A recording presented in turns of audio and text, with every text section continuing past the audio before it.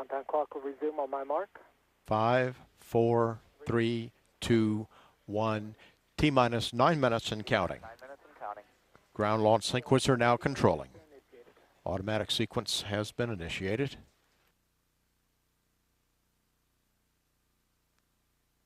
Ground launch sequencer will hand off to Atlantis' onboard computers at 31 seconds.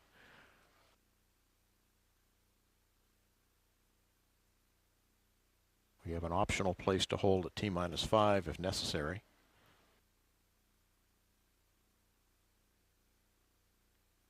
The ground launch sequencer will be checking over 1,000 different parameters between now and that handshake between Atlantis at T-minus 31.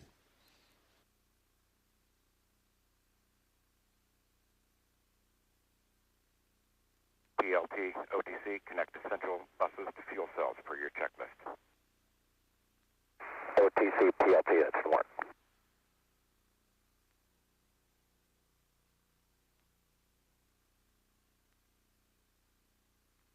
We'll begin. PLT, essential buses are connected. Copy. We'll begin retracting the orbiter access arm here in just a few seconds, in about 15 seconds.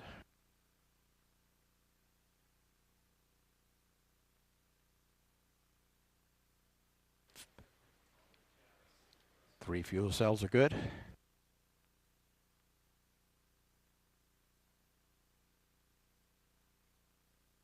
CLS is go for orbiter access arm retract.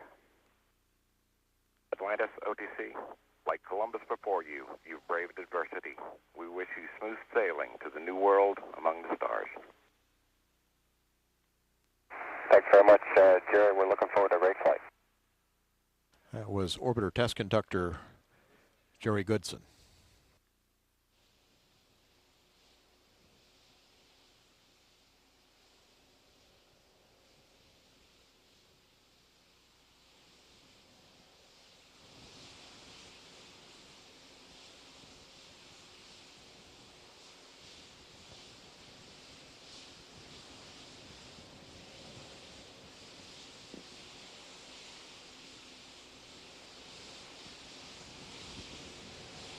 Pilot will be told to start the pre-start for the EPUs at T-minus 6 minutes, 15 seconds. JRPS, OTC, start APU display recorders.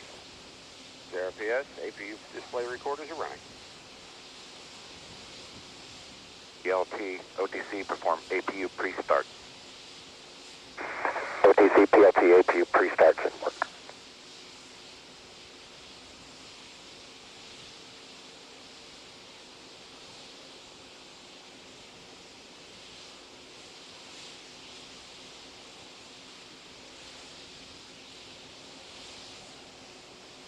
Another minute, we'll be terminating the liquid oxygen replenish and starting the LOX drain back. OTC, PLT, APU pre-start is complete. Copy that.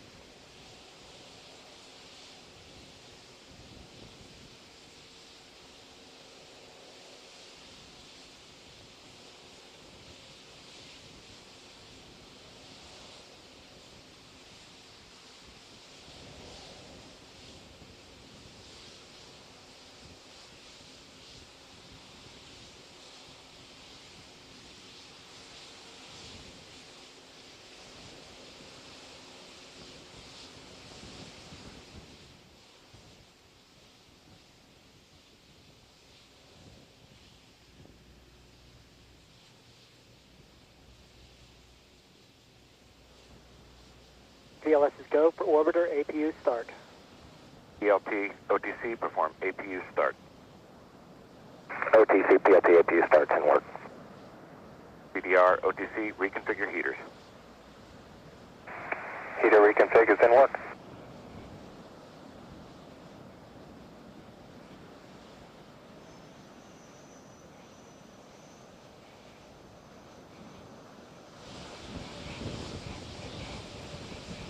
LOX drain back started right on time.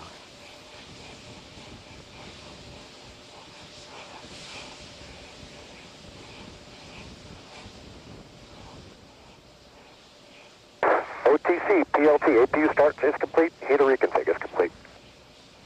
Copy.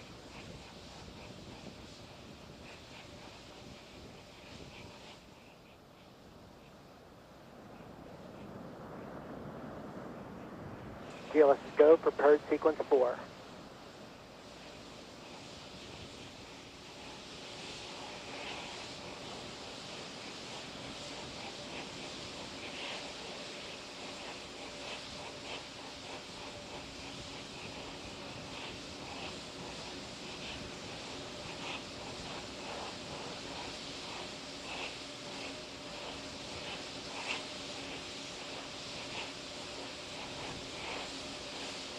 Main engines now being steered through their final checks.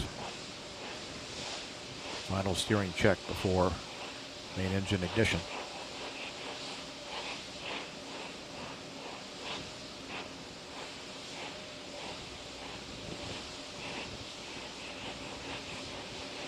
Flight controls have also been checked out and are a go for launch. Main engines are in the start position. TLS is go for ET LO2 pressurization.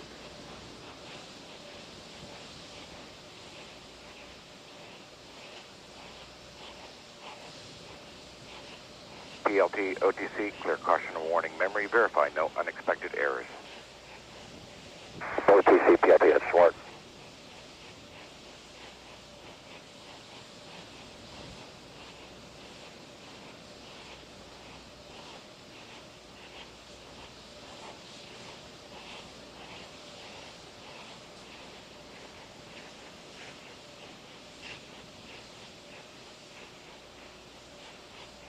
Atlantis, OTC, close and lock your visors, initiate O2 flow. Atlantis copies, visors in O2, and caution and warning was cleared, no unexpected errors. Do that. T-minus 2 minutes. 2 minutes to launch of Atlantis with a Columbus laboratory. TLS is go for ET LH2 pressurization.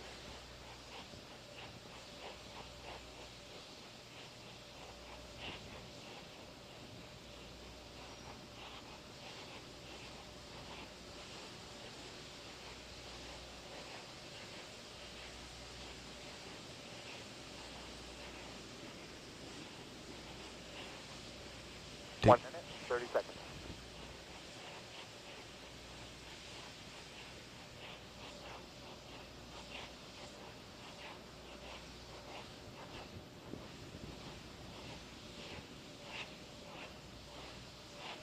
Three main engines of Atlantis reported ready to start.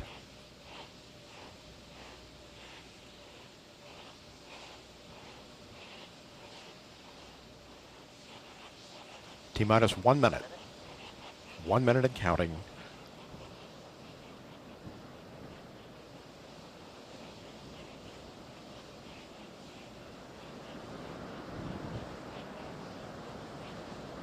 T-minus 45 seconds.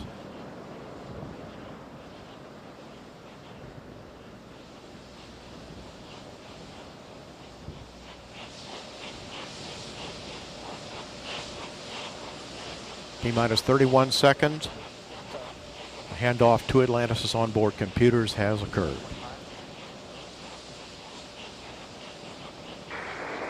20, 15 seconds. Range safety systems armed. Sound suppression system water activated. T-minus 10, 9, 8. Go for main engine start. 7, 6. Main engine ignition.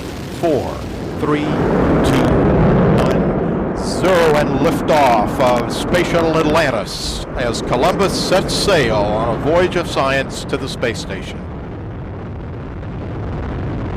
Houston now controlling. Roger, roll, Atlantis. Columbus weighs anchor from its port in Florida. Atlantis on the proper alignment, heads down, wings level for the 8.5-minute ride to orbit, taking aim on the International Space Station for docking on Saturday. 28 seconds into the flight.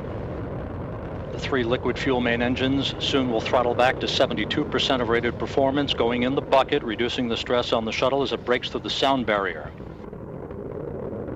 Atlantis 3 miles in altitude, 7 miles downrange. 50 seconds into the flight. The engine's beginning to throttle back up, standing by for that call from Capcom Jim Dutton.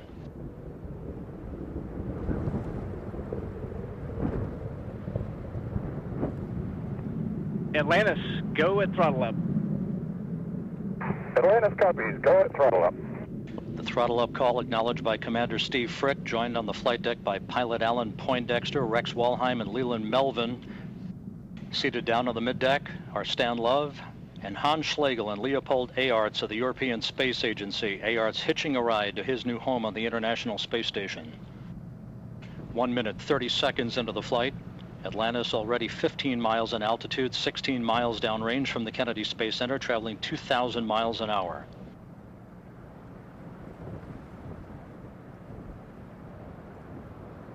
Three good main engines, 3 good fuel cells, 3 auxiliary power units, all functioning normally.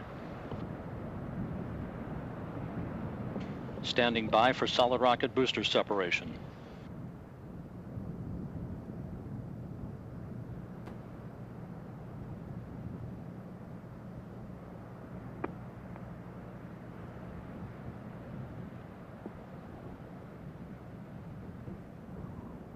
Booster officer confirms a good solid rocket booster separation, good staging.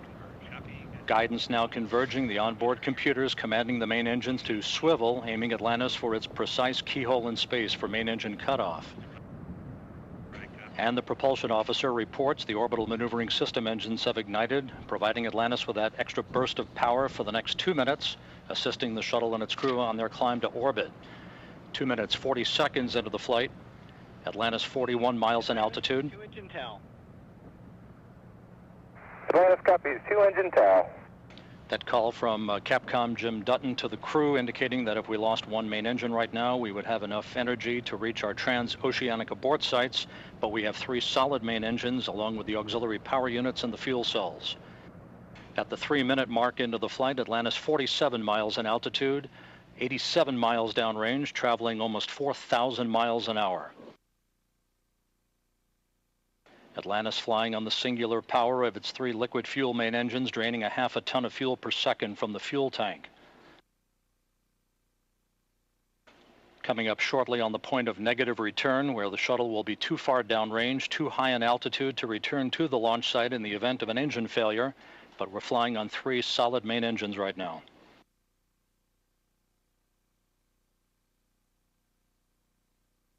Three minutes, 40 seconds into the flight, Atlantis 127 miles downrange from the Kennedy Space Center, approaching the 5,000 mile an hour mark.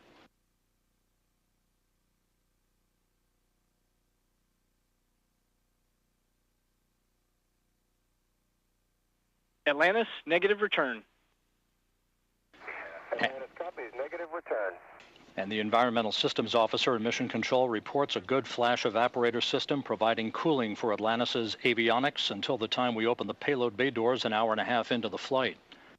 4 minutes, 15 seconds. 62 miles in altitude, 176 miles downrange, traveling 5,500 miles an hour. Atlantis flying straight as an arrow, speeding toward a date with the International Space Station on Saturday.